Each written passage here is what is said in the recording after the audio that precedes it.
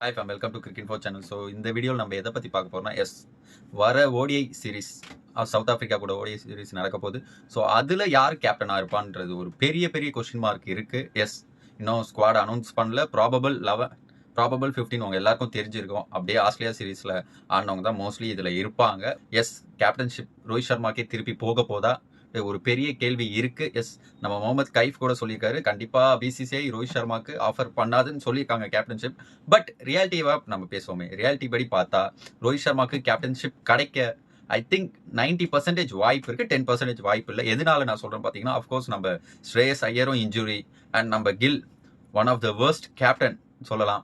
So அவரும் இன்ஜுரியில் போயிட்டாரு. நெக் இன்ஜுரி என்னன்னு தெரியல, அது அவ்வளோ பெரிய இன்ஜுரியான்னு தெரியல. But still we should respect. So இன்ஜுரியில் போயிட்டாரு.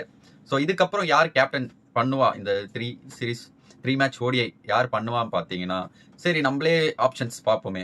ஒன்று வாய்ப்பு யாரெல்லாம் கேப்டன்ஷிப்க்கு ரெடியாக இருக்கா பார்த்தீங்கன்னா, ஹார்திக் பாண்டியா, ஓகே, தென் கேஎல் ராகுல், அதுக்கப்புறம் பார்த்தீங்கன்னா பண்டையும் சொல்லலாம், அண்ட் தென் பார்த்தீங்கன்னா அஃப்கோர்ஸ் ரோஹித் சர்மா, அண்ட் லாஸ்ட்டாக பார்த்தீங்கன்னா நம்ம பும்ரா.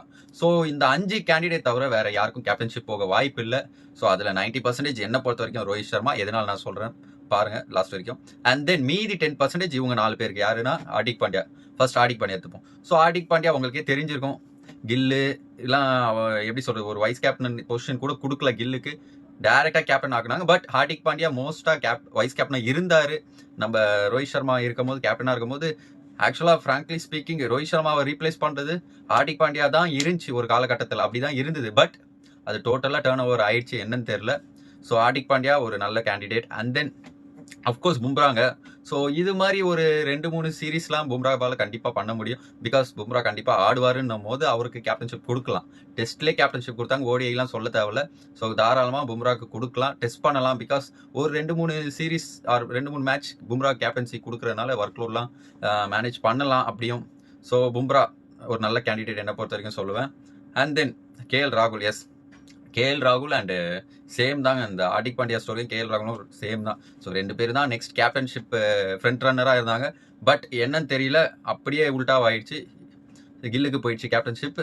ஸோ கேஎல் ராகுல் டிசர்விங் தான் சொல்லுவேன். அண்ட் ரிஷப் பண்ட்டுக்கும் வாய்ப்பு இருக்குங்க ஓடியில். பிகாஸ் கரண்டாக டெஸ்ட்டில் கேப்டன்ஷிப் பண்ணுறாருன்னும் போது அப்படியே கண்டிப்பாக செகண்ட் டெஸ்ட் ரிஷப் பண்ட் தான் கேப்டன் பண்ணுவார். ஸோ ஓடிஐயும் இட்ஸ் லாங் ஃபார்மேட் தான் சொல்ல போனாங்க. கம்பேர் டு T20 ஓடிஐயும் ஓரளவுக்கு லாங் ஃபார்மேட் தான் போது மேபி ரிஷப் பண்ட்டுக்கு கிடைக்க வாய்ப்பு இருக்கு. ஸோ ரிஷப் பண்ட் ஒரு ஃப்ரண்ட் ரன்னர் என்னை பொறுத்த வரைக்கும் கம்பேர் டு ராகுல், ஹார்திக் பாண்டியா. பிகாஸ் டெஸ்ட்ல கேப்டன் பண்றதுனால டெஸ்ட் கேப்டனை தான் மோஸ்டா இதுல கேப்டன் ஆக்குவாங்க. எப்பவுமே நீங்க பார்த்துருக்கலாம், அதுதான் நடக்கும். ஸோ அண்ட் தென் நம்ம ரோஹித் சர்மாக்கு பார்க்கும்போது, ரோஹித் சர்மா ஃபிட்னஸ் பார்க்க போனா கண்டிப்பா நல்ல ஃபிட்டா இருக்காரு. ஸோ உங்களுக்கே தெரிஞ்சிருக்கும், அந்த ஆஸ்திரேலியா சீரீஸ்லேயே தெரிஞ்சிச்சு 2027 வேர்ல்டு கப்ல ரோஹித் சர்மாவை இக்னோர் பண்ண முடியாது. ஸோ பிளேயிங் லெவலில் கண்டிப்பாக இப்போ வரைக்கும் பார்த்தீங்கன்னா அவர் தான் என்னை பொறுத்த வரைக்கும் டிசர்விங்காக இருக்காரு 2027 வேர்ல்டு கப்புக்கு. ஆஸ்திரேலியா சீரீஸ் பார்க்கும்போது அப்படிதான் தோணுது. அஃப்கோர்ஸ் சவுத் ஆஃப்ரிக்கா இங்கே தாங்க மேட்ச்சு. ஸோ இந்த 3 மேட்ச் ஓடியில் கண்டிப்பாக ரோஹித் சர்மா ஒரு 100 அடிச்சிருவாரு. 3 மேட்ச்ல என்னும் போது கண்டிப்பாக ஒரு 100. அதுவும் இப்போ ஹிட்லாம் பண்ணுறது இல்லை அவ்வளோவா. ஸோ பொறுமையாக கம்போஸாக ஆடும் போது கண்டிப்பாக நல்ல ரன் வரும். ஸோ அதனால ரோஹித் சர்மா கண்டிப்பாக ஒரு நல்ல ஸ்கோர் பண்ணுவாருன்னும் போது, அஃப்கோர்ஸ் ஆல்ரெடி கேப்டன்ஷிப் பண்ணியிருக்காருன்னும் போது கண்டிப்பாக டைரக்டாக ரோஹித்துக்கு கொடுக்க வாய்ப்பு இருக்கு. அன்டில் நம்ம கௌதம் கம்பீர் ஈகோவை டச் பண்ணாத வரைக்கும்.